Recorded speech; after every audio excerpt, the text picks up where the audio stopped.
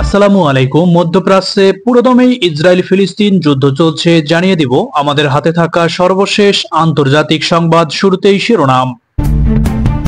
শুরুতে জানিয়ে দেব গুরুত্বপূর্ণ এক ভয়ঙ্কর সংবাদ। লেবানন ইসরায়েল সীমান্তে চরম উত্তেজনা বিরাজ করছে। এদিকে সিনিয়র কমান্ডার হত্যার জবাবে শতাধিক রকেট নিক্ষেপ করেছে লেবাননের সশস্ত্র গোষ্ঠী হিজবুল্লাহ। ধ্বংস করে দিয়েছে ইসরায়েলের সামরিক স্থাপনা। থাকছে বিস্তারিত প্রতিবেদনে।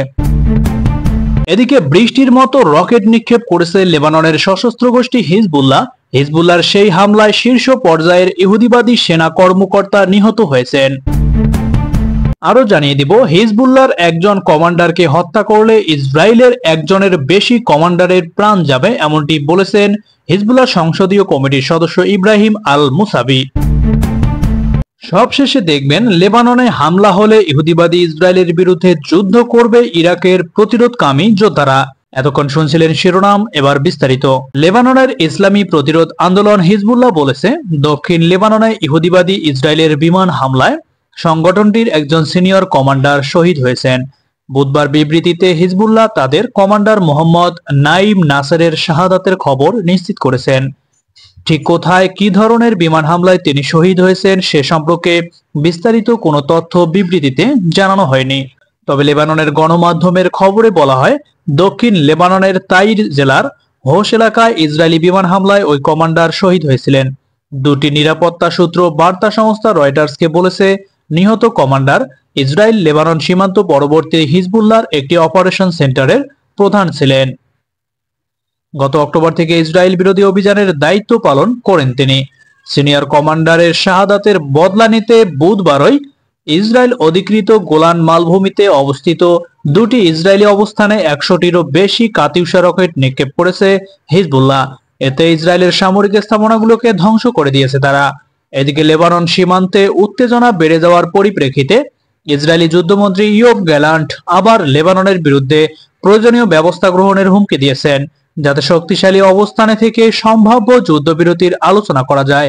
এদিকে হিজবুল্লাহর প্রধান বলেছেন, যে পর্যন্ত ইহুদিবাদী ইসরায়েল ফিলিস্তিনিদের উপর বর্বর গণহত্যা বন্ধ করবে না, ততক্ষণ পর্যন্ত ইসরায়েলের বিরুদ্ধে হামলা অব্যাহত থাকবে। গত মাসে ইহুদিবাদী বাহিনী হিজবুল্লাহর শীর্ষ পর্যায়ের কমান্ডার শামি তালেব আবদুল্লাহকে হত্যার পরে সীমান্তে চরম উত্তেজনায় পৌঁছেছে।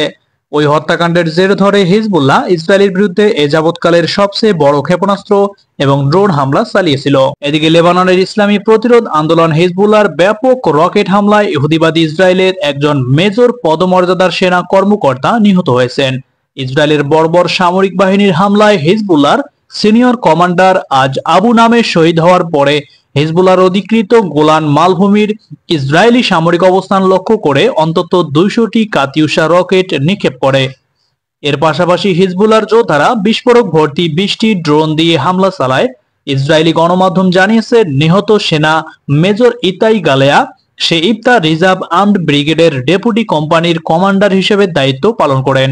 টাইমস অফ ইসরায়েল বলেছে, হিজবুল্লাহর রকেটের সরাসরি আঘাতে এই মেজর মারা যায়।